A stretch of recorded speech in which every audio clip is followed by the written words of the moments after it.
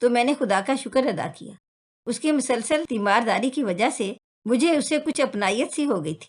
وہ ایک خوبرو 22 برس کا نوجوان تھا جس کی چھب امیر زادوں جیسی تھی، مگر چہرے پر دکھ کی چھاپ تھی، جیسے بڑے ظلم و ستم سے گزرا ہو۔ اس نے جو ہی آنکھیں کھول کر میری جانب دیکھا، بے اختیار میرے منہ سے نکلا، اے اللہ تیرا شکر ہے۔ ہوش میں آتے ہی اس نے پہلا سوال کیا، میں کہاں ہوں اور تم کون ہو؟ میں نے بتایا کہ آپ ہسپتال میں ہیں اور میں آپ کی خدمت پر مامور سٹاف نرس ہوں۔ پھر ڈاکٹر صاحب کی ہدایت کے مطابق میں نے علی شیر کو انجیکشن لگا دیا۔ تھوڑی دیر بعد وہ سو گیا۔ شام کو علی شیر کا دوست زاہد آ گیا جس نے اسے داخل کرایا تھا۔ اس کی زبانی معلوم ہوا کہ اس نے اپنے والد کی مرضی کے خلاف ایک لڑکی سے شادی کی تھی۔ باپ نے آگ کیا تو اس لڑکی نے بھی علی شیر سے طلاق کا مطالبہ کر دیا، اور جب اس نے یہ مطالبہ ماننے سے انکار کیا تو اس نے کھانے میں زہر دے کر علی شیر سے جان چھڑانے کی کوشش کی۔ خوش قسمتی سے عین کھانے کے وقت زاہد آ گیا اور علی شیر کو فوری مدد حاصل ہو گئی۔ بر وقت اسپتال لانے پر اس کی جان بچ گئی۔ علی شیر نے اس لڑکی کے خلاف کوئی بیان نہ دیا اور نہ کسی قسم کی کارروائی کی اجازت دی، بلکہ بعد میں خاموشی سے طلاق دے دی۔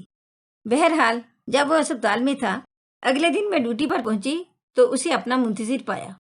میں نے اسے انجیکشن لگایا اور دوا وغیرہ دی۔ ایک ہفتہ یوں ہی گزر گیا۔ وہ تیزی سے روح بصحت ہو رہا تھا، لیکن کرب اب بھی اس کے چہرے سے عیاں تھا۔ میں نے اسے مسکراتے نہ دیکھا تھا، جیسے زندگی کی ساری خوشیاں روٹ گئی ہوں۔ ایک روز میں نے سوال کیا کہ آپ اتنے افسردہ کیوں رہتے ہیں؟ کہنے لگا، بس ایسے ہی، تنہائی کی وجہ سے۔ تنہا تو بہت سے لوگ ہوتے ہیں، دیکھیے میں بھی تنہا ہوں، لیکن اتنی اداس تو نہیں رہتی۔ کسی وقت افسردہ ضرور ہو جاتی ہوں۔ آپ اگر بہت سی نعمتوں کے مالک ہوں، یکدم ہر شے سے محروم ہو جائیں، کوئی سہارا نہ رہے، تب کیا کریں گی؟ جیون ساتھی بھی جان لینے کے در پہ ہو جائے تو دل کی کیسی حالت ہو جائے گی؟ ظاہر جیسے دوست کا سہارا نہ ہوتا تو شاید اتنا کہہ کر وہ چپ ہو گیا۔ شیر علی دیکھو، میں بھی تم جیسی ہوں، ایک بڑے ذمہ دار کی بیٹی، آج یہاں نرس بن کر ڈیوٹی دے رہی ہوں۔ یہ سب اللہ کی مرضی کہ جس حال میں رکھے۔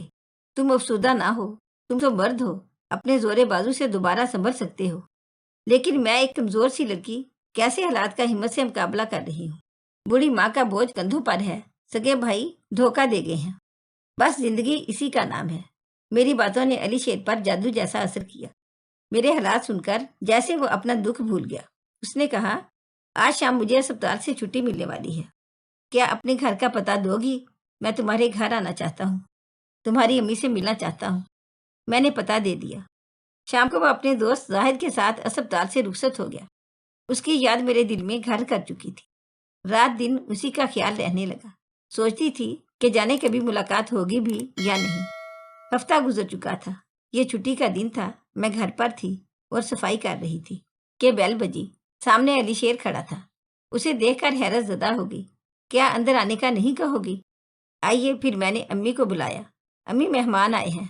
امی کو میں اس کی داستان سنا چکی تھی۔ انہوں نے ڈرائنگ روم میں بٹھایا۔ وہ ہمارا ڈرائنگ روم دیکھ کر حیران رہ گیا۔ ایک نرس کے گھر کا اتنا قیمتی فرنیچر، وہ آنکھیں پھاڑ پھاڑ کر ہمارے گھر کو دیکھ رہا تھا۔ اسے یقین ہو گیا کہ واقعی میں ایک معزز خاندان سے تعلق رکھتی ہوں۔ امی جان کی گفتگو سے وہ خوش ہوا اور آنے کا مقصد بتایا کہ میں آپ کی بیٹی سے شادی کا خواہش مند ہوں، مجھے اپنی فرزندی میں قبول کر لیں تو میری خوش قسمتی ہوگی۔ امی نے چائے وغیرہ سے تواضع کی اور کہا کہ چند روز بعد جواب دوں گی۔ ماں نے مجھ سے کہا کہ لڑکا بات چیت سے اچھے خاندان کا لگتا ہے۔ امی، ارب پتی باپ کا اکلوتا فرزند ہے۔ باپ نے ناراضگی کی وجہ سے آگ کر دیا ہے، کیونکہ جس لڑکی سے شادی کی وہ صحیح گھرانے کی نہ تھی۔ سسر نے ایسی بہو کو قبول نہ کیا اور بیٹے سے ناتا توڑ لیا۔ امی کو بیٹے کا سہارا چاہیے تھا۔ میرے بھائی گم شدہ ہو چکے تھے۔ انہوں نے میری رائے لینے کے بعد علی شیر کو بلوایا اور رشتے کے لیے حامی بھر لی۔ اسے گھر اور گھر والوں کی محبت چاہیے تھی اور میری ماں کو گھر داماد۔ یوں سادگی سے میرا نکاح شیر علی کے ساتھ ہوا، جس میں اس کی طرف سے چند دوست اور ہماری طرف سے چند پڑوسی شریک ہوئے۔ علی شیر کرائے کے فلیٹ میں رہتا تھا، جبکہ ہمارا گھر ایک کنال پر بنا خوبصورت بنگلہ تھا جو بابا نے میری خاطر خریدا تھا۔ امی کے اصرار پر وہ اپنا اٹیچی کیس اور کمبل لے آیا اور فلیٹ چھوڑ دیا۔ علی شیر بے روزگار تھا۔ میں نے ملازمت نہ چھوڑی۔ ہم اچھے دنوں کے انتظار میں خوشی کے ساتھ وقت گزارنے لگے۔ ایک روز چھٹی کے دن ہم سیر کرنے پارک میں گئے۔ میں نے اسے موٹر سائیکل لے کر دی تھی اور اس وقت ہم اسی پر گئے تھے کہ اچانک ایک بزرگ کو اپنی جانب آتے دیکھا۔ یہ شیر علی کے والد تھے۔ انہوں نے مجھ سے پوچھا، تم کون ہو اور کیا نام ہے تمہارا بیٹی؟ میں زرداد خان کی بیٹی ہوں اور داد گاؤں کی عزت ہوں، جو میرے دادا مرحوم صاحب داد کے نام پر ہے۔ یہ سنتے ہی بزرگ نے حیرت سے مجھے دیکھا۔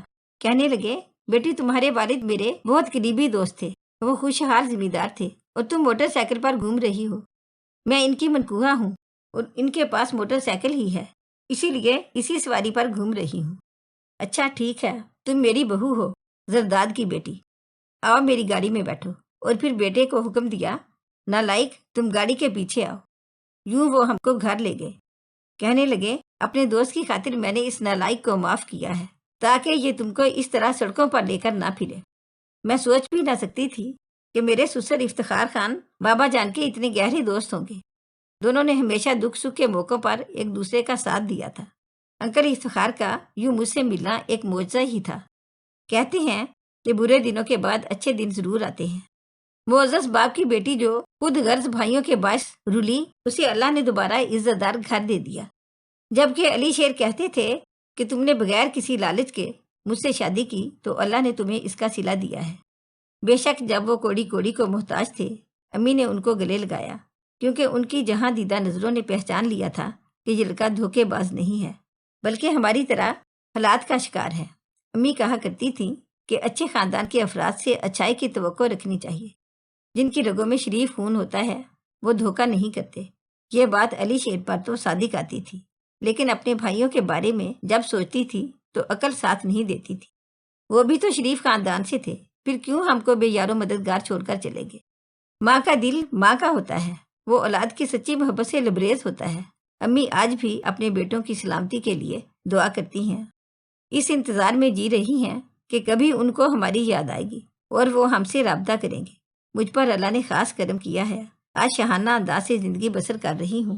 امی میرے ساتھ رہتی ہیں۔ اللہ تعالیٰ نے 2 بیٹوں اور 1 بیٹی سے نوازا ہے۔ ساس سسر کی تابع دار ہوں، وہ بھی مجھے اولاد کی طرح چاہتے ہیں۔